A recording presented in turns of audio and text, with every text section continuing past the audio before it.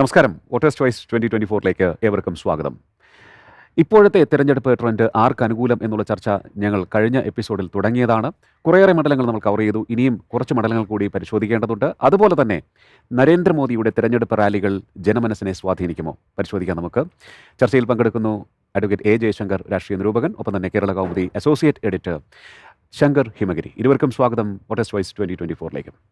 Advocate A Jayashankar, നമ്മൾ തിരുവനന്തപുരത്തേക്ക് വരുമ്പോൾ വളരെ ശക്തമായ ത്രികോണ മത്സരം അവിടെ നടക്കുന്നു എന്നുള്ള വിലയിരുത്തലുകൾ വന്നിട്ടുണ്ട്. തുടർച്ചയായ 4ാം ജയം തേടിയാണ് നമ്മുടെ ശശി തരൂർ ഇറങ്ങിയിരിക്കുന്നത്. പക്ഷേ രാജീവ് ചന്ദ്രശേഖറിനെ എഴുതി തള്ളാൻ പറ്റാത്ത ശക്തിയാണ് എന്നുള്ള വിലയിരുത്തലുകളും ഒപ്പം വരുന്നുണ്ട്. നിലവിലെ ട്രെൻഡ് അനുസരിച്ച് എങ്ങനെയായിരിക്കാം കാര്യങ്ങൾ പോകാൻ സാധ്യത? ഈ പ്രവചനങ്ങളെ നമുക്ക് മുഖവിലേക്ക് എടുക്കാൻ സാധിക്കുമോ? UDF മുൻതൂക്കം ഉണ്ട് എന്ന് പ്രവചനങ്ങളിൽ പറയുന്നത്. അതെ, മിക്കവാറും സർവേകളൊക്കെ UDF സാധ്യത കൽപ്പിക്കുന്നത്. മാത്രമല്ല ശശി തരൂർ തരൂരിനെ കുറിച്ച് വ്യാപകമായിട്ടുള്ള ആക്ഷേപം കേൾക്കുന്നു. തരൂർ കഴിഞ്ഞ 15 വർഷത്തിനിടയിൽ ജയിച്ചു പോയി കഴിഞ്ഞാൽ പുള്ളി ലോകസഞ്ചാരം അല്ലാതെ കാണുന്നില്ല. അഭിപ്രായ സർവേ നടത്തിയ ആളുകളുടെ താല്പര്യം അതിൻ്റെ അകത്തുണ്ടെന്ന് വെച്ചോളൂ. കാരണം 4 പ്രധാനപ്പെട്ട ചാനലുകളാണല്ലോ ഈ സർവേ നടത്തിയത്. 5ാമതൊരു ചാനലിൻ്റെ മുതലാളിയാണ് രാജീവ് ചന്ദ്രശേഖർ. അപ്പോൾ സ്വാഭാവികമായിട്ടും 4 ചാനലുകാർക്കും അവർക്ക് വേണ്ടി സർവേ നടത്തുന്ന ആളുകൾക്കും അതിൻ്റെ അകത്തൊരു നിക്ഷിപ്ത താല്പര്യം ഉണ്ടാവും, ഇയാൾ ജയിക്കുമെന്നൊരു ട്രെൻഡ് വരാതിരിക്കാൻ. സ്വാഭാവികമാണ്. അത് മാറ്റി നിർത്തിയിട്ട് നോക്കുക. അല്ലെങ്കിൽ പോലും ശശി തരൂരിനെ എഴുതി തള്ളാനൊന്നും പറ്റില്ല. അത് 4 തവണ ജയിച്ചു. തിരുവനന്തപുരത്ത് മിക്കവാറും കാതറിട്ട ആൾക്കാരൊക്കെ പുള്ളിക്കെതിരാണ്. ഇദ്ദേഹത്തിൻ്റെ കൂടെ ഇടത്തുവശവും വലത്തുവശവും നടക്കുന്ന ആൾക്കാർ പുള്ളിക്കെതിരാണ്. പക്ഷേ ഇതൊക്കെ കഴിഞ്ഞാലും പുള്ളി ജയിക്കും. അത് വേറെ കാര്യം. ഞാൻ പറഞ്ഞത് തരൂർ ആണ് തിരുവനന്തപുരത്ത് 3 തവണ ജയിച്ച 2ാമത്തെ ആൾ. ആദ്യം ജയിച്ചത് ചാൾസാണ്. തിരുവനന്തപുരത്തിൻ്റെ ഒരു ചരിത്രം പരിശോധിച്ചാൽ ഒരു സ്ഥാനാർത്ഥി 2ാമതൊരിക്കൽ ജയിച്ച ചരിത്രം ഉണ്ടായിരുന്നില്ല. ചാൾസ് വന്നവരെ. ചാൾസ് 84 ജയിച്ചു, പിന്നെ 89 ജയിച്ചു, 91 ജയിച്ചു, 96 തോറ്റു. 12 കൊല്ലം അദ്ദേഹത്തിന് തിരുവനന്തപുരത്ത് MP ആയിട്ടിരിക്കാൻ പറ്റുള്ളൂ. തരൂർ 15 കൊല്ലം തികച്ചു. അപ്പോൾ 15 കൊല്ലം തികച്ച ഒരാൾ 3 തവണ ജയിച്ച ആൾ സ്വാഭാവികമായിട്ടും ജനങ്ങളുടെ ഇടയിൽ ഒരു മടുപ്പുണ്ടാകാനുള്ള സാധ്യതയുണ്ട്. പിന്നെ തരൂരിനെ സംബന്ധിച്ചിടത്തോളം വേറെ ചില പരാധീനതകളുള്ളതെന്ന് വെച്ചാൽ, ഒന്നത് പാർട്ടിയുടെ സപ്പോർട്ടില്ല. ഈ വിശ്വപൗരൻ എന്നുള്ള ഇമേജ് ഇപ്പം മറുഭാഗത്ത് വേറൊരു പൗരൻ വന്നിരിക്കുകയാണ്. അത് വേറൊരു ഘടകമാണ്. അതിനേക്കാൾ ഉപരിയായിട്ട് കോൺഗ്രസ്സിലെ 4 പ്രധാന നേതാക്കന്മാർ പുള്ളിക്കെതിരാണ്, ആന്തരികമായിട്ട് എതിരാണ്. കാരണം എന്താ വെച്ചാൽ ഇദ്ദേഹം മുഖ്യമന്ത്രിയാകാൻ വിരോധമില്ല എന്ന് പറഞ്ഞു. സംഭവം മനസ്സിലായില്ലേ? മുഖ്യമന്ത്രിയാകാൻ പുള്ളിക്ക് വിരോധമില്ല എന്ന് പുള്ളി പറഞ്ഞു. കുറേ ആളുകളെങ്കിലും തരൂർ അതുകൊണ്ട് എങ്ങനെയെങ്കിലും കേരള മുഖ്യമന്ത്രി ആകണമെന്ന് ആഗ്രഹിക്കുന്നു. അപ്പോൾ അതുകൊണ്ട് പുള്ളിയുടെ കാര്യത്തിൽ ഇയാൾ ഇത്തവണെങ്കിലും തോറ്റില്ലെങ്കിൽ നമ്മുടെ കാര്യം ബുദ്ധിമുട്ടാവും എന്ന് ഈ പ്രമുഖ നേതാക്കൾ ഭയപ്പെടുത്തും. അതൊരു വലിയ ഘടകമാണ്. പിന്നെ രാഹുൽ ഗാന്ധിക്ക് നമ്മുടെ ഖർഗയ്ക്കെതിരായിട്ട് AICCക്ക് മത്സരിച്ച് ഇദ്ദേഹം 1000 വോട്ട് പിടിച്ചു. അത് ചെറിയ കാര്യമല്ല. ഞാൻ പറഞ്ഞത് തരൂരിന് വലിയൊരു സ്വീകാര്യതയുണ്ട്. ഒരു കോൺഗ്രസ്സുകാരന് കിട്ടാത്ത രീതിയിലുള്ള ഒരു സ്വീകാര്യതയുണ്ട്, ഒരു ബുദ്ധിജീവി എന്നുള്ളതിലേക്ക്. പക്ഷെ അതിപ്പോഴും ഈ 15 വർഷത്തിനുള്ളിലേക്ക് പ്രഭാഷകൻ എന്നുള്ളതിലേക്കൊക്കെ അദ്ദേഹത്തിനുണ്ട്. അതിപ്പോഴും അതുപോലെ നിലനിൽക്കുന്നുണ്ടെന്നാണ്. അത് ഏത് കാലത്തും ആ ഒരു സാധനം ഉണ്ടല്ലോ. ഇയാൾ തലക്കേറ്റും പ്രഭാവലയം ഉണ്ട്, അത് ശാശ്വതമായിട്ടുള്ളതാണ്. അപ്പോൾ അങ്ങനെ ഒരു ഘടകം അവിടെ ഉണ്ട്. അതൊക്കെ അത് വ്യക്തിപരമായ തലത്തിൽ. പക്ഷേ മറുഭാഗത്ത് നല്ലപോലെ പണം ചെലവഴിക്കാൻ അറിയുന്ന, പണം ഉണ്ടായാൽ മാത്രം പോരെ, ചെലവഴിക്കാൻ അറിയാവുന്ന ഒരു സ്ഥാനാർത്ഥി വന്നിരിക്കുന്നു. ദേശീയ രാഷ്ട്രീയ പാർട്ടിയുടെ പിന്തുണയുണ്ട്. ഈ പറഞ്ഞ പോലെ കുറേ BJPക്കാർ സ്വാഭാവികമായിട്ടും രാജീവിനെതിരായിരിക്കും. അതുപോലെ ആയിരിക്കും എന്നുള്ള കാര്യത്തിൽ നമുക്ക് സംശയം വേണ്ട. പക്ഷേ എന്നാലും ഈ BJP വോട്ട് ചെയ്യുന്ന എല്ലാവരും BJPക്കാരല്ല, കോൺഗ്രസ്സിന് വോട്ട് ചെയ്യുന്ന എല്ലാവരും കോൺഗ്രസ്സുകാരുമല്ല. നിഷ്പക്ഷരായ ആളുകളുടെ ഇടയിൽ തിരുവനന്തപുരത്തിൻ്റെ പ്രത്യേകത വിദ്യാസമ്പന്നരായ ആളുകൾ, സർക്കാർ ഉദ്യോഗസ്ഥന്മാർ, സർക്കാർ സർവീസിൽ നിന്ന് പിരിഞ്ഞവർ, ഇനി സർക്കാർ സർവീസിൽ പ്രവേശിക്കാൻ ആഗ്രഹിക്കുന്നവർ, അങ്ങനെ ഒരു ഇടത്തരക്കാരുടെ ഒരു നഗരമാണ് അത് പ്രധാനമായിട്ടും. പിന്നെ ചുറ്റുപാടുമുള്ള പാവപ്പെട്ട മത്സ്യത്തൊഴിലാളികൾ, അല്ലെങ്കിൽ കർഷക അടക്കമുള്ള നാടാർ വിഭാഗത്തിൽപ്പെട്ട ആളുകൾ. ഈ അതിൽ ഹിന്ദു നാടാർ, ക്രിസ്ത്യൻ നാടാർ, പല വിഭാഗങ്ങളുണ്ട്. ഇപ്പോൾ തരൂർ ക്യാമ്പിൽ ആശങ്കയുണ്ടെന്ന് തോന്നുന്നു. നാടാർ വോട്ട് അവർക്ക് കിട്ടില്ലേ എന്നൊരു. കാരണം കഴിഞ്ഞ പ്രാവശ്യം ജയിപ്പിച്ച ഒരു ഘടകമാണ്. കഴിഞ്ഞ എല്ലാ തവണകളിലും അദ്ദേഹത്തെ വിജയിപ്പിച്ച ഒരു ഘടകം എന്ന് പറയുന്നത് നെയ്യാറ്റിൻകര, കോവളം, അതുപോലെ പാറശാല മേഖലയിൽ നിന്നുള്ള വോട്ടുകളാണ്. പിന്നെ തിരുവനന്തപുരം വെസ്റ്റ്, പഴയ വെസ്റ്റ് എന്ന് പറഞ്ഞാൽ ഇപ്പോഴത്തെ തിരുവനന്തപുരം നഗരമണ്ഡലം. അപ്പോൾ ഈ മത്സ്യത്തൊഴിലാളികളുടെ വോട്ട്, നാടാർ സമുദായക്കാരുടെ വോട്ട്, ഈ മേഖലയിൽ പുള്ളിക്ക് വലിയ സ്വീകാര്യത കിട്ടി. അവിടെ BJPക്ക് കടന്നു കയറാൻ ഇതുവരെ പറ്റിയിരുന്നില്ല. രാജീവ് ചന്ദ്രശേഖർ, ഞാൻ മനസ്സിലാക്കിയത് ശരിയാണെങ്കിൽ, ആദ്യമേ തന്നെ ആ വിഭാഗത്തിൻ്റെ ഇടയിൽ ശക്തമായൊരു സ്വാധീനം മറ്റു രീതിയിൽ ചന്ദ്രശേഖർ പ്രചാരണത്തിൻ്റെ അവിടെയാണ് പുള്ളി തുടങ്ങിയത്. കാരണം വെച്ചാൽ ഇയാൾ തിരുവനന്തപുരത്ത് ഒരു 6 മാസം മുമ്പ് ഒരു ഓഫീസ് തുടങ്ങുകയും ഇവിടുത്തെ പ്രധാനപ്പെട്ട വ്യക്തികളാരൊക്കെയാണെന്ന്, ഇത് ഏത് രീതിയിലാണ് ഈ വോട്ടിൻ്റെ കച്ചവടം നടക്കുന്നതെന്ന് മനസ്സിലാക്കിയിട്ട് ആ മേഖലകളെയും അതിൽപ്പെട്ട സ്വാധീനിക്കാവുന്ന ആളുകളൊക്കെ ആദ്യം തന്നെ പുള്ളി കൈക്കലാക്കിയിട്ടാണ് ഈ കലാപരിപാടി തുടങ്ങിയത്. ഈ അതാണ് ബിസിനസ്സുകാരൻ രാഷ്ട്രീയത്തിൽ വന്നതിലുള്ള പ്രത്യേകത. രാഷ്ട്രീയക്കാരൻ ബിസിനസ്സിൽ ഇറങ്ങണ പോലെയല്ല. അല്ല, ഈ നേരത്തെ തന്നെ ബി.ജെ.പി. നേതൃത്വം അക്കാര്യത്തിൽ എന്തെങ്കിലും തരത്തിലുള്ള നീക്കുപോക്ക് നടത്തുന്നുണ്ടായിരിക്കാമോ? കാരണം കാരക്കോണം മെഡിക്കൽ കോളേജിലെ സീറ്റ് അല്ല, വർദ്ധിപ്പിച്ചു. മെഡിക്കൽ കോളേജ് ഇത് ബി.ജെ.പി. നേതൃത്വം അങ്ങനെയൊന്നും ചെയ്യാൻ പാകത്തിന് ഭാവനയോ ആസൂത്രണ വൈഭവം എന്നുള്ളവരല്ല കേരളത്തിലെ ബി.ജെ.പിക്കാർ. അതുകൊണ്ട് കേരളത്തിൽ ബി.ജെ.പി. ഇതുവരെ ക്ലച്ച് പിടിക്കാതെ. നേരെ മറിച്ച് ഇദ്ദേഹം അതിന് വേണ്ട രീതിയിലൊരു ഫീൽഡ് സ്റ്റഡി നടത്തുകയും ഈ കാരക്കോണം മെഡിക്കൽ കോളേജ് അടക്കം മറ്റേ ബിഷപ്പിൻ്റെ ഭാര്യ ഇവിടെ ഒരു സ്ഥാനാർത്ഥിയായിട്ട് നോമിനേഷൻ കൊടുത്തത് കണ്ടില്ലേ? നമ്മുടെ പഴയ വിവാദ പുരുഷനായ ബിഷപ്പിൻ്റെ ഭാര്യ ഒരു സ്ഥാനാർത്ഥിയായിട്ട് നോമിനേഷൻ കൊടുത്ത പോലുള്ള തമാശകളൊക്കെ ഉണ്ടായി. നാടാർ സ്ഥാനാർത്ഥിയുണ്ട്. അതുകൊണ്ട് അങ്ങനെ പല വിധത്തിലുള്ള അഭ്യാസങ്ങൾ പയറ്റുന്നുണ്ട്. അതൊക്കെ ഇതിൻ്റെ ഭാഗമാണ്. സത്യത്തിൽ അതൊക്കെ ഈ നീക്കുപോക്കിന്റെ ഭാഗമായിരിക്കും. അതൊക്കെ ഇതിൻ്റെ ഭാഗമാണ്, ഒരു തന്ത്രങ്ങളുടെ ഭാഗം. പാന്ത്രങ്ങളുടെ ഭാഗമാണ്. പിന്നെ ആ രീതിയിൽ കാരണം വലിയ ഒരു പിന്നെ ഈ രാജീവ് ജയിക്കുമെന്നുള്ളൊരു വലിയ ട്രെൻഡ് ഈ സാധാരണക്കാരുടെ ഇടയിലേക്ക് പുള്ളി കയറ്റിവിട്ടിട്ടുണ്ട്. അത് കുമ്മന രാജശേഖരനെ പോലെയോ അല്ലെങ്കിൽ രാജഗോപാലിനെ പോലത്തെ ഒരു സ്ഥാനാർത്ഥി അല്ലല്ലോ. അപ്പോൾ ഈ ഇടത്തരക്കാരുടെ തൊഴിലില്ലാത്തവരുടെ അല്ലെങ്കിൽ വികസന ദാഹികളുടെ ഒക്കെ ഒരു വലിയ ചിരകാല സ്വപ്നമാണ് ഇദ്ദേഹത്തെ പോലൊരു സ്ഥാനാർത്ഥി. തരൂർ 15 കൊല്ലമായിട്ട് മണ്ഡലത്തിന് വേണ്ടിയൊന്നും ചെയ്തില്ല. വിശ്വപൗരനാണ് അല്ലേ, ലോക മഹാപണ്ഡിതനാണെന്നുള്ളതിനപ്പുറത്ത് തിരുവനന്തപുരത്തിൻ്റെ വികസനമല്ല പുരോഗതി എന്ന വാക്കാണ് പുള്ളി ഉപയോഗിക്കുന്നത്. തിരുവനന്തപുരത്തിൻ്റെ പുരോഗതിക്ക് രാജീവ് ചന്ദ്രശേഖർ വരണം. ഇനി കാര്യം നടക്കും. ഈ തെരഞ്ഞെടുപ്പിൽ അത് കുറെ ശക്തമാണെന്നാണ് അത് വലിയൊരു അളവ് വരെ ആളുകളുടെ ഇമാജിനേഷൻ പിടിച്ചെടുത്തത്. ആ ഇമാജിനേഷൻ പിടിച്ചെടുക്കലുള്ള പ്രധാനം ആ ഒരു ട്രെൻഡ് സെറ്ററാണ് പുള്ളി. അത് എന്തുമാത്രം വിജയിച്ചു നമുക്ക് ഈ ഘട്ടത്തിൽ പറയാൻ പറ്റില്ല. പിന്നെ ഒളിവെട്ട് മറുഭാഗത്തുനിന്നുണ്ടാവും. ഈ LDFൻ്റെ വോട്ട് അവസാന ഘട്ടത്തിൽ തരൂരിനേക്ക് ട്രാൻസ്ഫർ ചെയ്യപ്പെടാനുള്ള സാധ്യതയുണ്ട്. കഴിഞ്ഞ തവണ ഏതാണ്ട് 10-35,000 വോട്ട് സി ദിവാറിന് കിട്ടേണ്ടത് അവസാനം തരൂരിന് കിട്ടി. പിന്നെ വേറൊരു സാധ്യത മുസ്ലിം വോട്ടർമാർ പൂർണ്ണമായിട്ട് സംഘടിച്ചിട്ട് ജയിക്കാൻ കൂടുതൽ സാധ്യതയുള്ള ആൾ എന്ന രീതിയിൽ തരൂരിന് വോട്ട് ചെയ്യാൻ സാധ്യതയുണ്ട്. വേറൊന്ന്, അങ്ങ് നേരത്തെ സൂചിപ്പിച്ച പോലെ ഈ തൊഴിലന്വേഷകർ, ഭാവിയിലെ പുരോഗതി ആഗ്രഹിക്കുന്നവർ തിരുവനന്തപുരം IT ഹബ്ബായി മാറണം. വലിയ ഒരു വികസന കേന്ദ്രമായിട്ട് യുവ വോട്ടർമാർ കൂടുതലുള്ള സ്ഥലമാണ്. യുവ വോട്ടർമാരെ സംബന്ധിച്ചിടത്തോളം അത് ഈ പ്രത്യേക വിഭാഗത്തിൽപ്പെട്ടവർ യുവ വോട്ടർമാരെ എല്ലാ സ്ഥലത്തും മറ്റാരും പറയുന്നത് പോലെയല്ല. അതെ, ഇപ്പൊ IT മേഖലയിൽ ഇയാൾക്ക് ചെയ്യാൻ കഴിയും. അതാണ് അദ്ദേഹത്തിന്റെ വ്യവസായത്തിന്റെ ഒരു ഭാഗം അതാണ്. അദ്ദേഹം കൈകാര്യം ചെയ്യുന്ന വകുപ്പ് അതാണ്. അപ്പൊ ജയിച്ചാലും പുള്ളിക്ക് കേന്ദ്രമന്ത്രി ഉണ്ടാകും. അപ്പൊ ആ ഘടകം വലിയൊരു അഡ്വാൻറ്റേജ് രാജീവിനുണ്ട്. പക്ഷെ മറുഭാഗത്ത് ഈ തരൂരിനെ തെറി വിളിച്ചുകൊണ്ട് നടക്കുന്ന ആൾക്കാർ, ഇയാൾ ഇസ്രായേൽ പക്ഷപാതിയാണ് എന്ന് വിചാരിക്കുന്നവർ, ഹമാസ് ഭീകര സംഘടനയാണെന്ന് കുറ്റപ്പെടുത്തിയതിനോട് വലിയ അമർഷമുള്ള ആളുകൾ, ഇവരുടെയൊക്കെ വോട്ട് അവസാനം ആർക്ക് കിട്ടും? തരൂരിന് തന്നെ കിട്ടും. അത് അതിൽ വലിയൊരു വൈരുദ്ധ്യമുണ്ടല്ലോ, ഒരു വിരോധാഭാസമുണ്ട്. തരൂരിനോട് മറ്റു വിധത്തിൽ രാഷ്ട്രീയമായിട്ട് അന്തർദേശീയ വിഷയങ്ങളിൽ എതിർപ്പുള്ള ആളുകൾ, അവരുടെ വോട്ട് പുള്ളിയിലേക്ക് തന്നെ തിരിച്ചു വരും. അല്ല, നമ്മളിപ്പോൾ ചർച്ച ഇത്രയും സമയമായിട്ടും ത്രികോണ മത്സരം എന്ന് പറഞ്ഞു എങ്കിൽ തന്നെയും പന്ന്യൻ രവീന്ദ്രനെ കുറിച്ച് പരാമർശിക്കാം. പന്ന്യൻ രവീന്ദ്രനെ സംബന്ധിച്ചിടത്തോളം വളരെ നിസ്വനായ ഒരു സ്ഥാനാർത്ഥി എന്ന രീതിയിൽ, അല്ലെങ്കിൽ ഇപ്പോഴത്തെ കാലത്തും ഇങ്ങനെയുള്ള ആളുകളുണ്ട് എന്ന് മനുഷ്യർക്ക് ബോധ്യം വരുന്ന രീതിയിൽ ഒരു കമ്മ്യൂണിസ്റ്റുകാരൻ, പഴയ കട്ടൻ ചായ പരിപ്പോട കാലഘട്ടത്തിൻ്റെ ഒരു അവശിഷ്ടം എന്ന രീതിയിലുള്ള ഒരാളെ അവിടെ ഇൻട്രൊഡ്യൂസ് ചെയ്യാൻ പറ്റിയ അദ്ദേഹം പന്ന്യൻ സ്ഥാനാർത്ഥി എന്ന് ഓർക്കുമ്പോൾ സാറിൻ്റെ മനസ്സിൽ എന്താണ് പുള്ളിയുടെ ഉള്ള ഒരു വികാരം എന്താണ്? അല്ല, സത്യത്തിൽ പുള്ളി തെരഞ്ഞെടുപ്പ് നിൽക്കാൻ താല്പര്യമുള്ള ആളായിരുന്നില്ല. പുള്ളിയെ നിർബന്ധിച്ച് സ്ഥാനാർത്ഥിയാക്കിയതാണ്. പക്ഷെ വേറൊരാൾ നിർത്താനില്ല. ഇതിനേക്കാൾ രസമുള്ള ഒരു തലവാചകം, ഒരു പരസ്യവാചകം. നമ്മൾ നേരത്തെ വിശ്വപൗരന്മാരുടെ കാര്യം പറഞ്ഞു, ഒന്നല്ല 2 വിശ്വപൗരന്മാർ. അപ്പം ഈ LDFന്റെ ഫ്ലെക്സിലേക്ക് ഒരു വാചകം, വേണ്ടത് വിശ്വപൗരനെയല്ല വിശ്വസിക്കാവുന്ന പൗരനെ. അതൊക്കെ ഒരു തമാശ എന്നുള്ളതിലേക്ക് ആളുകളിൽ ഏക്കും. തിരുവനന്തപുരം മണ്ഡലത്തെ പറ്റി പറയുകയാണെങ്കിൽ S. ജയശങ്കർ നമുക്ക് ഇന്ത്യക്കാരെ സംബന്ധിച്ചിടത്തോളം വലിയ ഇമേജ് ഉള്ള ഒരു കേന്ദ്രമന്ത്രിയാണ്, വിദേശകാര്യമന്ത്രിയാണ്, വളരെ ശക്തനായ കേന്ദ്രമന്ത്രി എന്നുള്ളൊരു ഇമേജ് ഉണ്ടാക്കി. അന്തർദേശീയ തലത്തിലൊക്കെ സാക്ഷാൽ നരേന്ദ്രമോദി തന്നെ പ്രചാരണത്തിന് എത്തുകയുണ്ടായി. അപ്പം ഈ നരേന്ദ്രമോദിയുടെ റാലികൾ ഉത്തരേന്ത്യയിൽ, നമുക്ക് ഉത്തരേന്ത്യൻ രാഷ്ട്രീയവും കേരള രാഷ്ട്രീയമായിട്ട് ഒരു കാരണവശാലും താരതമ്യം ചെയ്യാൻ പറ്റില്ല എങ്കിൽ തന്നെയും നരേന്ദ്രമോദിക്കുള്ള ആരാധകർ കൂടുതൽ കേരളത്തിലുണ്ട്. അപ്പം അത് ഏതെങ്കിലും തരത്തിൽ വോട്ടിംഗ് പാറ്റേണിനെ ബാധിക്കുമോ? അത് ചിലയിടത്തൊക്കെ ബാധിച്ച് കണ്ടിട്ടുണ്ട്. ഉദാഹരണത്തിന് 2016 പിണറായി വിജയൻ ജയിച്ച നിയമസഭാ തെരഞ്ഞെടുപ്പിൽ മധ്യ കേരളത്തിൽ ഒരു മണ്ഡലത്തിൽ മാത്രമേ നരേന്ദ്രമോദി വന്നു. അത് തൃപ്പൂണിത്തുറ മണ്ഡലത്തിലാണ്. തൃപ്പൂണിത്തുറയുടെ ഒരു പ്രത്യേകത ഹിന്ദു ഭൂരിപക്ഷമുള്ള മണ്ഡലമാണ്, എറണാകുളം ജില്ലയിൽ. മാത്രമല്ല BJP ഏറ്റവും അധികം വോട്ട് കിട്ടാവുന്ന ഒരു സ്ഥലമായിരുന്നു. വോട്ടെണ്ണി കഴിഞ്ഞപ്പോൾ BJP സ്ഥാനാർത്ഥി വളരെയധികം വോട്ട് പിടിച്ചു. 36,000 മറ്റോ വോട്ട്. തുറവൂർ വിശ്വംഭരൻ എന്ന് പറയുന്ന സ്ഥാനാർത്ഥി. അത് മോഡി വന്നതിൻ്റെ ഒരു എഫക്റ്റ് അവിടെ ഉണ്ടായി.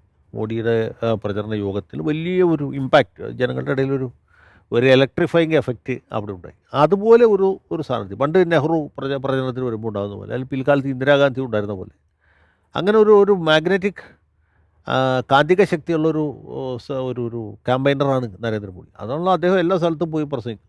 അത് കേരളത്തിൽ പോലും ഒരു പരിധി വരെ യേശും. പിന്നെ മാത്രമല്ല, പ്രധാനമന്ത്രി തന്നെ നേരിട്ട് തെരഞ്ഞെടുപ്പ് പ്രചരണത്തിൽ പങ്കെടുക്കുമ്പോൾ അത് നൽകുന്ന വേറൊരു സന്ദേശമുണ്ട്. ഈ പ്രത്യേക സ്ഥാനാർത്ഥി പ്രധാനമന്ത്രിയുടെ കൈവപ്പുള്ള ഒരാളാണ്. സുരേഷ് ഗോപിക്ക് കിട്ടിയ ഒരു സൗകര്യം അതാണ്. പുള്ളി തൃശ്ശൂർ ആദ്യം തന്നെ ഈ വർഷത്തെ ആദ്യത്തെ റാലി അതായിരുന്നു, തെരഞ്ഞെടുപ്പിന് വളരെ മുമ്പ്. രണ്ടാമത് മകളുടെ വിവാഹത്തിൽ പങ്കെടുത്തു. അപ്പോൾ ആളുകൾക്ക് കൊടുക്കുന്നൊരു സന്ദേശം എന്താണെന്ന് വെച്ചാൽ, ഈ സുരേഷ് ഗോപി എന്ന് പറഞ്ഞാൽ നരേന്ദ്രമോദിയുടെ വലത്ത് ഭാഗത്ത് നിൽക്കുന്ന ഒരാളാണ്, വെറും ഒരു സ്ഥാനാർത്ഥിയല്ല എന്ന ഒരു വലിയ ഇമ്പ്രഷൻ ഉണ്ടാക്കാൻ അതുകൊണ്ട് സാധിക്കും. പക്ഷെ അന്നേരം എല്ലാം സംഭവിക്കുന്നത് ഈ പറഞ്ഞ പോലെ കുറേ LDF വോട്ട് പിന്നെ മുരളിക്ക് കിട്ടുക എന്നുള്ളതാണ് അതിനകത്ത് ആത്യന്തികമായിട്ട് സംഭവിക്കാതിരിക്കുന്നത്. അല്ല, അത് കിട്ടും. അത് ആളുകളെ ബാധിക്കും, തീർച്ചയായിട്ടും ബാധിക്കും. ഒരു പരിധി വരെ ബാധിക്കും. എന്ന് വെച്ചാൽ നരസിംഹറാവുവിനെ പോലത്തെ ഒരു പ്രധാനമന്ത്രി എനിക്ക് കിട്ടില്ല. മൻമോഹൻ സിംഗ് ആണെങ്കിൽ ഒട്ടും ബലിക്കില്ല. മൻമോഹൻ സിംഗ് ഒക്കെ പണ്ട് നമ്മുടെ പട്ടാഞ്ചേരിയിലൊക്കെ പ്രസംഗം വന്നപ്പോൾ എല്ലാ കസേരകളും ഒഴിഞ്ഞെടുക്കായിരുന്നു. കാരണം പുള്ളി ഒരു ക്രൗഡ് പുള്ളറല്ല, അതൊരു ഘടകമാണ്. ഇപ്പോൾ അച്യുതാനന്ദൻ പ്രസംഗിക്കാൻ വരുമ്പോൾ ആൾ കൂടില്ല. എന്താ ആൾ കൂടുന്നത് വെച്ചാൽ അച്യുതാനന്ദൻ എന്നുള്ളൊരു വലിയ സംഭവമാണ്. അതെ, അത് ഒരു larger than the life image അവിടെ ഉണ്ടായി വരുന്നുണ്ട്. അച്യുതാനന്ദന് കിട്ടിയിരുന്നു. ഇപ്പോൾ EK നായനാറുള്ള സമയത്ത് നായനാർക്ക് കിട്ടിയിരുന്നു. വലിയ ക്രൗഡ് പുള്ളറായിരുന്നു. എക്സാക്ട്ലി. അത് എല്ലാവർക്കും പറ്റില്ല. അല്ല, ഇപ്പോൾ നമ്മൾ തിരുവനന്തപുരത്ത് പിന്നെ ഇപ്പോൾ പിണറായി വിജയൻ്റെ മീറ്റിങ്ങിന് ആൾക്കാർ വരും, അത് പാർട്ടി സഖാക്കൾ വരും, അദ്ദേഹത്തിൻ്റെ പ്രസംഗം കേൾക്കുമ്പോൾ ആൾക്കാർ എഴുന്നേറ്റ് പോകും. അതെ, അതിനുവേണ്ടി മാത്രം വരുന്നവരാണ്. അത്രേ ഉള്ളൂ. ഇപ്പോൾ തിരുവനന്തപുരത്ത് ഇപ്പോൾ നേരത്തെ അങ്ങ് പറഞ്ഞു വോട്ട് ട്രാൻസ്ഫറിൻ്റെ ഒരു സാധ്യത. അതിപ്പോൾ ഇപ്പോൾ ഈ പ്രചാരണങ്ങളിലും റാലികളിലും ഒക്കെ തന്നെ BJPക്ക് വലിയ ജനപങ്കാളിത്തം ഉറപ്പാക്കാൻ സാധിക്കുന്ന ഒരു സാഹചര്യത്തിൽ ഒരു പ്രതീതി ഉയർന്നു വരും. ഇപ്പോൾ രാജീവ് ചന്ദ്രശേഖർ ജയിക്കാൻ പോകുന്നു. അങ്ങനെ ഒരു സാഹചര്യം വരുമ്പോൾ ഈ LDF വോട്ട് നേരെ മറിച്ച് ശശിയിലേക്ക് പോകുമോ? ശശിയിലേക്ക് പോകാൻ സാധ്യതയുണ്ട്. തന്നെയാണ് ഇപ്പോൾ തൃശ്ശൂരിൻ്റെ കാര്യത്തിലും പറഞ്ഞത്. അതെ, തൃശ്ശൂരിൻ്റെ കാര്യത്തിൽ അങ്ങനെയല്ല, അത് വേറൊരു രീതിയിലായിരിക്കും. പക്ഷേ തിരുവനന്തപുരത്ത് അതിനുള്ള സാധ്യത വളരെ കൂടുതലാണ്. കാരണം രണ്ട് രീതിയിൽ. ഒന്ന്, LDFൻ്റെ വോട്ട് LDF എന്നുള്ള രീതിയിൽ മറിക്കുക, നേരത്തെ പാർട്ടി തീരുമാനിച്ചിട്ട് മറിക്കുക. രണ്ടാമത്തത് മുസ്ലിം വോട്ടുകളുടെ കേന്ദ്രീകരണം തരൂരിന് അനുകൂലമായിട്ട് ഉണ്ടാകുക. അത് രണ്ട് സാധ്യതകൾ അവിടെ തുല്യ നിലയിലുണ്ട്. അതുകൊണ്ട് കൂടിയാണ് തരൂർ ജയിക്കാനുള്ള ഒരു സാധ്യത ഞാൻ കാണുന്നില്ല. ട്രെൻഡ് ഈ സർവേയിൽ കാണുന്നുണ്ടല്ല, സർവേക്ക് അതീതമായ ഇതൊന്നും സർവേയിൽ കാണില്ലല്ലോ. വോട്ട് മറിക്കുന്നത് സർവേയിൽ കാണില്ല. കൺസോൾട്ടേഷനും സർവേയിൽ കാണുന്നത് അവസാന സമയത്താണ് ഉണ്ടാവുള്ളൂ. ഇത് തന്നെ തൃശ്ശൂർ വേറൊരു രീതിയിൽ സംഭവിക്കാൻ സാധ്യതയുണ്ട്. പക്ഷേ അവിടെ കുറേ കൂടി വൈകാരികമായ ഒരുപാട് പ്രശ്നങ്ങളുണ്ട്. ഈ കരുവന്നൂർ പോലെ ഇടതുപക്ഷത്തിനുള്ളിൽ തന്നെയുള്ള ഒരു വലിയ പ്രതിസന്ധിയുണ്ട്. പിന്നെ തൊട്ടടുത്ത സ്ഥാനത്ത് LDF കാരനാണ്. കോൺഗ്രസിൻ്റെ വോട്ട് LDFലേക്ക് വരാനുള്ള സാധ്യത കുറവാണ്. LDFൻ്റെ വോട്ടാകുമ്പോൾ മറിക്കാം, വോട്ട് മറിക്കാൻ പറഞ്ഞ ആൾക്കാർ മറിക്കും. നേരെ മറിച്ച് കേരള കോൺഗ്രസ്സുകാരൊക്കെ വോട്ട് മറിക്കണം എന്ന് പറഞ്ഞാൽ ആരും മറിക്കില്ല. അവനെ പോയിട്ട് മറ്റേ പണി ചെയ്തളെ.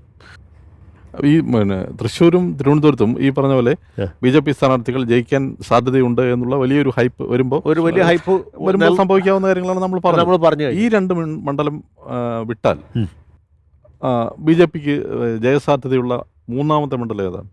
അല്ല, BJPക്ക് ജയസാധ്യത ഉള്ള മണ്ഡലങ്ങൾ വേറെ ഒരു മൂന്നാമത് എടുത്തു പറയാവുന്ന ഒരു മണ്ഡലമില്ല. പക്ഷേ BJP വളരെ ശക്തമായ സാന്നിധ്യം അറിയിക്കുന്ന മണ്ഡലങ്ങളുണ്ട്. ഒന്ന് കാസർഗോഡ്, അവരുടെ ഒരു പരമ്പരാഗത ശക്തി കേന്ദ്രമാണ്. പ്രത്യേകിച്ച് അത്യുത്തര കേരളം എന്ന് പറയുന്ന ഒരു ഏരിയ ഉണ്ട്, മഞ്ചേശ്വരം, കാസർഗോഡ്. അവിടെ അവർക്ക് കണ്ടവരെ വോട്ട് പിടിക്കാൻ പറ്റും. പിന്നെ കാസർഗോഡ് ജില്ലയുടെ മറ്റ് ഭാഗങ്ങൾ, കാഞ്ഞങ്ങാട്, ഉദുമ, അങ്ങനെ ഉള്ള പ്രദേശങ്ങളിലും BJP ശക്തമാണ്. അവിടെ BJPക്ക് കുറേ വോട്ട് സമാഹരിക്കാൻ പറ്റും. പിന്നെ ഒരു ഇമേജുള്ള ഒരു വനിതാ സ്ഥാനാർത്ഥിയാണ് മത്സരിക്കുന്നത്. BJP പിടിക്കുന്ന വോട്ട് ഒരു വലിയ പരിധിവരെ നിർണായകമായേക്കാം. അത് LDFനായിരിക്കും കൂടുതൽ ദോഷം ചെയ്യുക. പിന്നെ BJPക്ക് ശക്തിയുള്ള ഒരു സ്ഥലം എന്ന് പറയുന്നത് കോഴിക്കോടാണ്. കോഴിക്കോട് പാർലമെൻറ്റ് മണ്ഡലം, അവിടെ എളമരം കരീമും MK രാഘവനും തമ്മിൽ വലിയ ഫൈറ്റ് നടക്കുന്നു. അപ്പോൾ ഇത് രണ്ടും അല്ലാത്ത കുറേ ആളുകൾ, മാത്രമല്ല രമേശ് എന്ന് പറഞ്ഞാൽ കുറച്ചുകൂടി പ്രതിച്ഛായുള്ള ഒരു സ്ഥാനാർത്ഥിയാണ്. പിന്നെ പറയാവുന്ന പാലക്കാട് മണ്ഡലമാണ്. അവിടെ C കൃഷ്ണകുമാർ മത്സരിക്കും. കഴിഞ്ഞ തവണ നല്ലപോലെ വോട്ട് പിടിച്ച ആളാണ്. ഇത്തവണയും അതൊക്കെ തന്നെ ആവർത്തിക്കാൻ സാധ്യതയുണ്ട്. പിന്നെ മധ്യ കേരളത്തിൽ BJPക്ക് അങ്ങനെ ശക്തിയുള്ള പ്രദേശങ്ങൾ വളരെ കുറവാണ്. ചാലക്കുടിയോ എറണാകുളമോ ഒക്കെ മാർജിനിലാണ്, കാര്യമായിട്ടൊന്നും കിട്ടുകയില്ല. ആലപ്പുഴയിലേക്ക് വരുമ്പോൾ ആലപ്പുഴ സത്യത്തിൽ BJPക്ക് യാതൊരു ശക്തിയില്ലാത്ത സ്ഥലമായിരുന്നു ഈ സമീപകാലം വരെ. കഴിഞ്ഞ തവണ ഡോക്ടർ രാധാകൃഷ്ണൻ മത്സരിച്ചപ്പോൾ അദ്ദേഹത്തിന് സാമുദായികമായിട്ടുള്ള ചില ഘടകങ്ങളും കൂടി ഉണ്ടായിരുന്നു. അദ്ദേഹം നല്ലപോലെ വോട്ട് പിടിച്ചു. അദ്ദേഹം നല്ലപോലെ വോട്ട് പിടിച്ചുകൊണ്ട് കൂടിയാണ് ഷാനിമോൾ തോൽക്കുകയും നമ്മുടെ ആരിഫ് ജയിക്കുകയും ചെയ്ത്. അത് അധികം ആൾക്കാർ പറയില്ല. ആരിഫ് അദ്ദേഹത്തിൻ്റെ എന്തോ മറ്റതുകൊണ്ട് ജയിച്ചു എന്നാണ് ആൾക്കാർ വരിക. അങ്ങനെയല്ല, അവിടെ ഡോക്ടർ രാധാകൃഷ്ണൻ പിടിച്ച വോട്ടുകൾ വളരെ പ്രധാനമായിരുന്നു. ആ വോട്ടിൻ്റെ അത് അധികവും കോൺഗ്രസിൽ നിന്ന് പിടിച്ചു എന്നുള്ളതുകൊണ്ടാണ് ഇദ്ദേഹത്തിന് ജയിക്കാൻ കഴിഞ്ഞത്. ഇത്തവണ ശോഭാ സുരേന്ദ്രനെ നിർത്തിയിരിക്കുന്നു. ശോഭാ സുരേന്ദ്രൻ വലിയൊരു ഫൈറ്ററാണ്, ഭയങ്കരമായിട്ട് ഫൈറ്റ് ചെയ്യാൻ കഴിവുള്ള സ്ഥാനാർത്ഥിയാണ്. അവർ നല്ലപോലെ ഇളക്കി മറിച്ചുള്ള പ്രചരണം അവിടെ നടത്തുന്നുണ്ട്. അതുകൊണ്ട് ഒരു ജയിക്കുമെന്നുള്ള രീതിയിലൊരു ട്രെൻഡ് ഉണ്ടാക്കാൻ പറ്റിയിട്ടുണ്ട്. പക്ഷേ അതിനപ്പുറത്തേക്ക് വലിയൊരു മുന്നേറ്റം ജയിക്കുക എന്ന് പറഞ്ഞാൽ വേറൊരു ഘടകമുള്ളൂ. ഒരു 33-34% വോട്ട് പിടിക്കും. അത് ആലപ്പുഴ ഒരു മണ്ഡലത്തിൽ ശോഭയ്ക്ക് സാധിക്കുമെന്നുള്ള കാര്യത്തിൽ സംശയം. ശോഭാ സുരേന്ദ്രൻ കഴിഞ്ഞ പത്രസമ്മേളനത്തിൽ കരയുക വരെ അതെ, അവർക്ക് നേരെ ഉണ്ടായ ആരോപണം ഒരു മാധ്യമത്തിനെതിരെ. അതൊക്കെ ഇതൊക്കെ അവരുടെ ഒരു സ്ട്രാറ്റജിയുടെ ഭാഗമാണ്. അതുകൊണ്ടൊക്കെ എത്ര വോട്ട് കിട്ടുന്ന അവർക്കറിയാം. അങ്ങനെ മാത്രമല്ല, സ്ത്രീകളുടെ ഇടയിൽ വലിയ ഇമ്പാക്റ്റ് ഉണ്ടാക്കാൻ കഴിവുള്ള സ്ഥാനാർത്ഥിയാണ് ശോഭാ സുരേന്ദ്രൻ. വരുമ്പോൾ ആ നാട്ടിലുള്ള സ്ത്രീകളുടെ ഇടയിൽ നല്ലൊരാളാണ്, നമ്മുടെ ഒരു സാധാരണക്കാരുടെ ഒരു പ്രതിനിധിയായിട്ട് തോന്നും. തീരദേശത്ത് പോലും തീരദേശത്ത് നല്ലപോലെ അവർക്ക് ഒരു ഇളക്കം ഉണ്ടാക്കാൻ സാധിക്കും. നല്ലൊരു സ്ഥാനാർത്ഥിയാണ്. BJPയുടെ ഇപ്പോൾ നമ്മുടെ നാട്ടിലുണ്ടാക്കിയ BJPയിലെ ഏറ്റവും നല്ല സുരേഷ് ഗോപി, രാജീവ് ചന്ദ്രശേഖർ അല്ല ഉദ്ദേശിച്ചത്, നാട്ടിലുള്ള ഈ ഹോം മെയ്ഡ് BJP ലീഡേഴ്സിലെ ഏറ്റവും നല്ല വോട്ട് പിടിക്കാൻ കഴിവുള്ള സ്ഥാനാർത്ഥിയാണ്. പിന്നെ പത്തനംതിട്ടയിൽ BJPക്ക് പറഞ്ഞ പോലെ ശക്തിയുണ്ട്. പക്ഷേ അനിൽ ആന്റണി ഒരു കാൻഡിഡേറ്റ് എന്നുള്ള നിലയ്ക്ക്, പക്ഷെ ആ സ്ഥാനാർത്ഥി പിന്നെ നിർണയത്തിന്റെ കാര്യത്തിൽ BJPക്ക് സാമാന്യമായ ഒരു പാളിച്ച പറ്റിയിട്ടുണ്ട്. ആന്റണിയുടെ മകൻ എന്നുള്ളത് ശരിയാണെങ്കിൽ പോലും അവിടെ നല്ലൊരു ക്രിസ്ത്യൻ കാൻഡിഡേറ്റിനെ കണ്ടുപിടിച്ച് നിർത്തിയായിരുന്നു നല്ലത്. അതും പ്രോബബ്ലി ഒരു ഓർത്തഡോക്സ് ക്രിസ്ത്യൻ അല്ലെങ്കിൽ മർത്തോമ ക്രിസ്ത്യൻ വിഭാഗത്തിൽ നിന്ന് ഒരാളെ, പത്തനംതിട്ട ജില്ലക്കാരനായ ഒരാളെ ഇൻട്രൊഡ്യൂസ് ചെയ്തിരുന്നെങ്കിൽ, ഷോൺ ജോർജ് ആയിരുന്നെങ്കിലോ? ഷോൺ ജോർജ് ആണെങ്കിൽ ഇതിനേക്കാൾ നന്നായിരുന്നു. ഷോൺ ജോർജിന് ഒരു രാഷ്ട്രീയക്കാരൻ്റെ ശരീരഭാഷയും സംസാര ശൈലിയുണ്ട്. അനിൽ ആന്റണിക്ക് അതില്ല. അനിൽ ആന്റണിയുടെ ഏറ്റവും വലിയ പരാധീനത അദ്ദേഹത്തിന് ഏതോ അന്യഗ്രഹ ജീവിയെ പോലെയാണ് പുള്ളി ഈ സ്ഥാനാർത്ഥിയായിട്ട്. സ്വപ്നലോകത്തിലെ ബാലഭാസ്കരൻ എന്നൊക്കെ പറയില്ലേ, എന്ന പോലെ ഒരു പുള്ളി ഔട്ട് ഓഫ് ഈ സ്റ്റേജിൽ പെട്ടെന്ന് കഥയും ഡയലോഗ് അറിയാമ്പോൾ അത് വന്ന് കയറിയ ഒരു നടൻ്റെ ഒരു ചെറിയ പ്രശ്നം പുള്ളിക്കുണ്ട്. പക്ഷേ എന്നാലും ചെറിയൊരു പീരീഡിനുള്ളിൽ തന്നെ പുള്ളി അവിടെ നല്ല ഇമാജിനേഷൻ പിടിച്ചെടുത്തു ആൾക്കാർ. കാരണം മറ്റു രണ്ട് സ്ഥാനാർത്ഥികളും ഫീൽഡിൽ ശക്തരല്ല. ആന്റോ ആന്റണിക്കെതിരെ വലിയ വികാരമുണ്ട്. തോമസ് ഐസക് ആണെങ്കിൽ ഔട്ട് ഓഫ് പ്ലേസ് ആയിട്ട് അവതരിപ്പിച്ച സ്ഥാനാർത്ഥിയാണ്. ശരിക്കും നല്ല സ്ഥാനാർത്ഥി ആലപ്പുഴയിലായിരുന്നു. അതെ അതെ, ആലപ്പുഴയിൽ അദ്ദേഹത്തെ നിർത്തിയെങ്കിൽ നല്ല ജയസാധ്യത ഉണ്ടായിരുന്നു. പക്ഷേ അത് ആ പാർട്ടിയുടേതായ തീരുമാനം വന്നപ്പോൾ പത്തനംതിട്ടയായിപ്പോയി. അങ്ങനെയാണ് പറ്റിയത്. അപ്പോൾ പത്തനംതിട്ടയിലെ അഭിപ്രായ സർവേയിൽ UDF ജയിക്കുമെന്നാണ് പറയുന്നത്. UDF ജയിക്കുന്നുള്ളതാണ് വളരെ അപകടകരമായ ഒരു സംഗതിയാണ്. കാരണം ജനങ്ങൾ ഇത്രയും വെറുത്ത ഒരു സ്ഥാനാർത്ഥി വീണ്ടും ജയിക്കുക എന്ന് പറഞ്ഞത്, ഈ ജനങ്ങൾ വെറുത്തു പോകുന്ന ചില ആളുകളുണ്ട്. അതിൽപ്പെട്ടൊരാളാണ് ആന്റോ ആന്റണി. പിന്നെ അവിടെ സംഘടനാ സംവിധാനത്തിനേക്കാൾ ഉപരിയായിട്ട് ആ മണ്ഡലത്തിൻ്റെ പ്രത്യേകത, ഒരു കോൺഗ്രസ് മണ്ഡലം, പിന്നെ ഇദ്ദേഹത്തിന് ഈ മതമേലധ്യക്ഷന്മാരായിട്ടുള്ള അടുപ്പം, അതുകൊണ്ടൊക്കെയാണ് ജയിക്കുന്നത്. ഐസക്കിന് വലിയ പ്രതീക്ഷ ഉണ്ടായിരുന്നു അവിടെ. വളരെ ഐസക്കിന് പ്രതീക്ഷ ഉണ്ടായിരുന്നു എന്ന് അറിയില്ല. ഐസക്കിന് ഒരു സാധ്യതയില്ല എന്നുള്ളത് നേരത്തെ വ്യക്തമാണ്. കാരണം ഐസക്കിനെ പോലൊരാൾക്ക് അവിടെ നന്നായിട്ട് ഫെയർ ചെയ്യാൻ പറ്റില്ല. ആ മണ്ഡലത്തിൻ്റെ പ്രത്യേകത അതാണ്. ഓക്കെ, അനിലിനെ സംബന്ധിച്ച് പറയുകയാണെന്നുണ്ടെങ്കിൽ ഇപ്പോൾ AK ആൻ്റണിയുമായി ബന്ധപ്പെട്ടുള്ള ചില വിവാദങ്ങളൊക്കെ ഉയർന്നു വന്നു. ആൻ്റണി തന്നെ വരുന്നു, അനിൽ ജയിക്കില്ല, അനിൽ ജയിക്കാൻ പാടില്ല എന്നുള്ള തരത്തിൽ അദ്ദേഹത്തിൻ്റെ അഭിപ്രായങ്ങൾ വരുന്നു. അനിൽ വിവാദപരമായ ചില പരാമർശങ്ങൾ, അതിൻ്റെ പ്രതികരണം എന്നോണം പറയുകയുണ്ടായി. അല്ല, അനിലിൻ്റെ പ്രതികരണങ്ങളൊക്കെ അദ്ദേഹത്തിൻ്റെ ഒരു പൊളിറ്റിക്കൽ ഇമ്മച്യൂരിറ്റിയാണ് കാണിക്കുന്നത്. അനിലിനെ പോലെ ഒരാൾ, AK ആൻ്റണിയുടെ മകൻ എന്നുള്ള നിലയിലെങ്കിലും അതിൽ വലിയ ഉന്നത വിദ്യാഭ്യാസമുള്ള ചെറുപ്പക്കാരനല്ലേ, അദ്ദേഹം ഒരു സാധാരണ രീതിയിൽ പ്രവർത്തിച്ചെങ്കിൽ കുറേ കൂടി സ്വീകാര്യത കിട്ടുമായിരുന്നു. പത്തനംതിട്ട UDF ഉറപ്പിക്കാം. പത്തനംതിട്ട UDF ജയിക്കാൻ പാടില്ലാത്ത മണ്ഡലമാണ്, പക്ഷേ ജയിക്കും എന്നുള്ളതാണ് സത്യം. ഈ ദല്ലാൽ നന്ദകുമാറിൻ്റെ ഗുണ്ടൊന്നും ഒരു പരിധിക്കപ്പുറമൊന്നും ആളുകൾ വിശ്വസിക്കില്ല. കാരണം ജനങ്ങളുടെ മനസ്സിൽ നേരത്തെ ഒരു തീരുമാനമുണ്ട്. അതുകൊണ്ട് അതൊന്നും ഇതിനെ ബാധിക്കില്ല. ഈ സമയത്തൊക്കെ വന്ന വിവാദങ്ങൾക്കൊന്നും വലിയ ആയുസ് ഉണ്ടാവില്ല. അപ്പം ഈ തെരഞ്ഞെടുപ്പിന് കുറച്ച് ദിവസങ്ങൾ ബാക്കി കുറച്ച് ദിവസങ്ങളേ ഉള്ളൂ എങ്കിലും ഓൾറെഡി തീരുമാനിച്ചു വെച്ചിരിക്കുകയാണ്. ജനങ്ങൾ തീരുമാനിച്ചിട്ടുണ്ട്. ഞങ്ങളുടെ മനസ്സിലൂടെ നമ്മൾ ഇത്ര ഈ കാര്യങ്ങൾ പല മണ്ഡലം സംസാരിച്ചതിൽ നിന്ന് നമുക്ക് ക്രോഡീകരിച്ച് പറയാവുന്നത് കഴിഞ്ഞ പാർലമെന്റ് തെരഞ്ഞെടുപ്പിലെ അത്ര വന്നില്ലെങ്കിലും ഏതാണ്ട് അതിനോട് അടുത്ത് നിൽക്കുന്ന ഒരു റിസൾട്ടായിരിക്കും ഇത്തവണ ഉണ്ടാകുക. പക്ഷേ വേറെ കാരണങ്ങൾ വേറെയാണ്. കഴിഞ്ഞ തവണത്തെ അതേ റിസൾട്ട് വരുമ്പോൾ തന്നെ അതേപോലത്തെ റിസൾട്ട്, ഇപ്പോൾ 15 തൊട്ട് 18 വരെ സീറ്റ് UDF ജയിക്കുന്ന, അല്ലെങ്കിൽ 15 തൊട്ട് 18 വരെ സീറ്റുകളിൽ LDF തോൽക്കുന്ന, അങ്ങനെ പറയാൻ കൂടുതൽ ശരി. പൊളിറ്റിക്കലി അതാ കൂടുതൽ ശരി. ആ ഒരു റിസൾട്ട് വരുമ്പോൾ നമ്മൾ കണ്ടത് കഴിഞ്ഞ തവണ തോറ്റ കാരണങ്ങൾ കൊണ്ടല്ല ഇത്തവണ തോൽക്കുന്നത്. കഴിഞ്ഞ തവണ തോറ്റത് പ്രധാനമായിട്ടും LDFൻ്റെ പരിധിക്ക് പുറത്ത് നിൽക്കുന്ന കാരണങ്ങൾ കൊണ്ടായിരുന്നു. ഒന്ന്, രാഹുൽ ഗാന്ധി വന്നുകൊണ്ടുള്ള വലിയ യു ഡി എഫിലുണ്ടായ പെട്ടെന്നൊരു ശക്തി. രണ്ടാമത് ന്യൂനപക്ഷ വോട്ടുകളുടെ അതിഭയങ്കരമായ കേന്ദ്രീകരണം, അതായിരുന്നു അതിഭയങ്കരമായ കേന്ദ്രീകരണമായിരുന്നു. പിന്നെ അതിലുപരിയായിട്ട് ഹിന്ദു വോട്ടുകളിൽ നിന്ന് വലിയ ചോർച്ച ഈ ശബരിമലയുമായി ബന്ധപ്പെട്ട്. അത് മാത്രമേ എൽ ഡി എഫിലേക്ക് എന്തെങ്കിലും നമുക്ക് അട്രിബ്യൂട്ട് ചെയ്യാൻ പറ്റുമായിരുന്നു. മറ്റെല്ലാ ഘടകങ്ങളും എൽ ഡി എഫിൻ്റെ പരിധിക്ക് കൈക്ക് പുറത്തു നിന്ന കാര്യങ്ങളാണ്.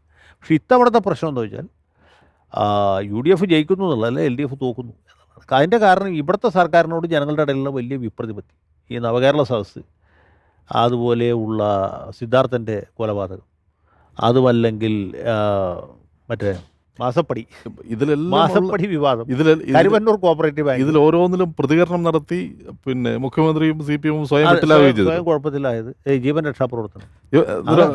ഒടുവിൽ ഡിവൈഎഫ്ഐക്കാര് സന്നദ്ധ പ്രവർത്തകരാണ് എന്ന് ബോംബ് നിർമ്മാണം, ഇങ്ങനെയൊക്കെ സ്വയം ഇങ്ങനെ കുഴപ്പത്തിലാകുന്ന രീതിയിലേക്ക് കാര്യങ്ങൾ പോയി എന്നുള്ളതാണ്. സത്യത്തിൽ ഇത് ഈ പാർലമെൻറ്റ് തെരഞ്ഞെടുപ്പിൻ്റെ റിസൾട്ട് എന്ന് പറഞ്ഞാൽ LDF ഒരു ആത്മപരിശോധനയ്ക്ക് ഉള്ളൊരു അവസരമാണ്. കാരണം എന്താ വെച്ചാൽ കോൺഗ്രസും CPM തമ്മിൽ ഉള്ള ഒരു വ്യത്യാസം, ഉണ്ടാകേണ്ട വ്യത്യാസം എന്ന് വെച്ചാൽ കോൺഗ്രസ്സുകാർ ഇപ്പോൾ ഈ 18 സീറ്റ് ജയിച്ചാൽ ഭയങ്കരമായിട്ട് അവർ അർമാദിക്കും. അവരുമായിരിക്കും ഇനിയിപ്പോൾ ഞങ്ങൾക്കൊന്നും പേടിക്കാനില്ല. ഇപ്പം 4 പേര് തമ്മിൽ ഇടി തുടങ്ങും. കാരണം മുഖ്യമന്ത്രി സ്ഥാനത്തേക്ക് മനസ്സിലായില്ല. മുഖ്യമന്ത്രി കുപ്പായ അവസാനം പാറ്റാതെ നിന്ന് പോകും, അത് വേറെ കാര്യം. പക്ഷേ ഇവരിപ്പോൾ യുദ്ധം ഇപ്പോൾ തുടങ്ങും. ഈ റിസൾട്ട് വരുന്ന ദിവസം ജൂൺ 4-ാം തീയതി കേരള രാഷ്ട്രീയത്തിൽ ഈ നേതാക്കന്മാർ തമ്മിൽ കത്തിക്കുത്തു തുടങ്ങുന്ന ദിവസം കൂടിയായിരിക്കും. ഈ വിജയത്തിൻ്റെ പൈതൃകം ആർക്കാണ് എന്ന് ചോദിച്ചു, പിതൃത്വം ഏറ്റെടുക്കാൻ വേണ്ടി. പക്ഷേ പ്രശ്നം അതല്ല, LDFനെ സംബന്ധിച്ചിടത്തോളം ഇത് പരാജയം എന്ന് പറഞ്ഞൊരു ആത്മപരിശോധനയ്ക്കുള്ള അവസരമായിട്ട് മാറണം. കാരണം എന്ന് വെച്ചാൽ ഈ സർക്കാർ ഇങ്ങനെ പോയാൽ മതി. ജനങ്ങൾ ഈ സർക്കാരിൽ നിന്ന് എന്താണ് പ്രതീക്ഷിക്കുന്നത്? രണ്ടാമത് വോട്ട് ചെയ്ത് ജയിപ്പിച്ചപ്പോൾ ജനങ്ങളുടെ മനസ്സിൽ എന്താണ് ഉണ്ടായിരുന്നത്? അങ്ങനെ ആ ഒരു സാധനം ഡെലിവറി ചെയ്യുന്നതിൽ ഈ സർക്കാർ എന്തുമാത്രം പരാജയപ്പെട്ടു. അങ്ങനെ ഒരു ആത്മപരിശോധനയ്ക്കുള്ള വേദിയായിട്ട് മാറണം. അതിലെ ഫലമുള്ളൂ. അതിനു വേണ്ടിയിട്ടാണ് ആളുകൾ ഈ വോട്ട് ചെയ്യുന്നത്. അതെ, തീർച്ചയായിട്ടും. ചില മണ്ഡലങ്ങളിലെങ്കിലും BJPയുടെ ഒരു വളർച്ച, അല്ലെങ്കിൽ വരുന്ന തെരഞ്ഞെടുപ്പ് 1-2 തെരഞ്ഞെടുപ്പ് കഴിയുമ്പോഴെങ്കിലും ഉള്ള ഒരു ജയസാധ്യത, അതിൻ്റെ കൂടെ പ്രതിഫലനമല്ലേ ഇത്തവണ UDF സ്ഥാനാർത്ഥി ജയിക്കുന്നത്? അല്ല, BJPക്ക് അനുകൂലമായിട്ടൊരു വലിയ ഘടകം എന്ന് വെച്ചാൽ ഈ അഖിലേന്ത്യാ തെരഞ്ഞെടുപ്പ് ആയതുകൊണ്ട് മോഡിക്ക് കിട്ടുന്ന കുറേ വോട്ടുകളുണ്ട്. അത് രാജ്യവ്യാപകമായിട്ടുണ്ട്. ഇപ്പോൾ കർണാടകത്തിലെ അസംബ്ലി തെരഞ്ഞെടുപ്പ് നടന്നു, ഇപ്പോൾ കോൺഗ്രസ്സിന് വലിയ മെജോറിറ്റി കിട്ടി, അധികാരത്തിൽ വന്നു. പക്ഷേ പാർലമെൻറ്റ് തെരഞ്ഞെടുപ്പ് വരുമ്പോൾ ഇതേ ആളുകൾ താമരക്കൂട്ടി, കാരണം അത് അഖിലേന്ത്യക്കുള്ള വോട്ടാണ്, മറ്റേ ലോക്കലായിട്ടുള്ള വോട്ടല്ല. രാജസ്ഥാനിലും മധ്യപ്രദേശിലും ഒക്കെ അത് കാണാറുണ്ട്. അതുപോലെ കേരളത്തിലുമുണ്ട് മോഡിക്കുള്ള വോട്ട്. അത് ഇവിടുത്തെ ഈ തല്ലിപ്പുള്ളികളായ BJPക്കാർക്കുള്ള വോട്ടല്ല. അല്ല, ഇവർ പക്ഷെ ആ മോദിക്കുള്ള വോട്ട് ഇത്തവണ അത് വളരെ കൂടും. അത് കൂടും. അതിൻ്റെ വേറൊരു ഘടകം കൂടിയുണ്ട്. അത് ഈ സർവേയിൽ ഒരുപക്ഷെ കാണാതെ, ഈ രാമക്ഷേത്രം എന്ന് പറഞ്ഞൊരു സംഗതി ഉണ്ടല്ലോ, അത് ശബരിമലയുടെ അത്രയും പ്രകടമല്ല, അല്ലെങ്കിൽ അത്രയും ശബ്ദായമാനമല്ല. പക്ഷെ ആ ഒരു വികാരം നമ്മുടെ നാട്ടിൽ പോലും നല്ലപോലെ ഉണ്ടായിട്ടുണ്ട്. അത് ഈ വോട്ട് എണ്ണി കഴിയുമ്പോൾ മനസ്സിലാവും. രാമക്ഷേത്രവും ഈ അക്ഷതം കൊണ്ടുവന്ന് വിതരണം ചെയ്തത് അത് ഈ സാധാരണ ഹിന്ദു വോട്ടർമാരെ ഒരു വലിയ പരിധി വരെ സ്വാധീനിച്ചു. അല്ലെങ്കിൽ വേറൊരു കാര്യം നോക്കിയാൽ മതി, ഈ പ്രാണപ്രതിഷ്ഠ നടക്കുന്ന സമയത്ത് ഇത് ലൈവ് ടെലികാസ്റ്റ് നടത്തിയ ചാനലുകളുടെ റേറ്റിംഗ് എങ്ങനെയായിരുന്നു?